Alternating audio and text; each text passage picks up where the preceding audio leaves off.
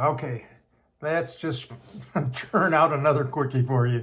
So before we get out the hot plate, I just wanted to show you some things that we'll use to create patterns in the hot wax when we're on a hot plate with the warm wax on a pattern, and you want to embed a pattern into that wax surface. What do you use? Well, you can see I got wax all over this, and as you can tell, maybe it's a bath mat. I sort of like the pattern, so I thought, oh, I'll use that. So there's one. Kitchen stores that have these wonderful flexible hot pads. I forget what they're made out of, but look at that pattern. That's wonderful. Get that in wax and embed it. I think I showed you a picture, in fact, that has that pattern in it if we look at one of those videos I made original. So there's one. Here is I believe a kitchen sink pad. I think I cut so I could use it.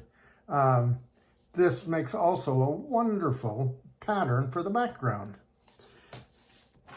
This stencil I used not as a something I embedded a pattern in the wax the way I'm telling you, but I used it on watercolor paper where I put a coating on this when I laid it down on the watercolor paper and painted over it with a gel medium, then took it off and let it dry. And then when I waxed on top of that surface, wherever that pattern was, it left a different color to the wax. It was an experiment, and I kind of liked what happened. Here is one of my all-time favorites. This is felt that's embedded.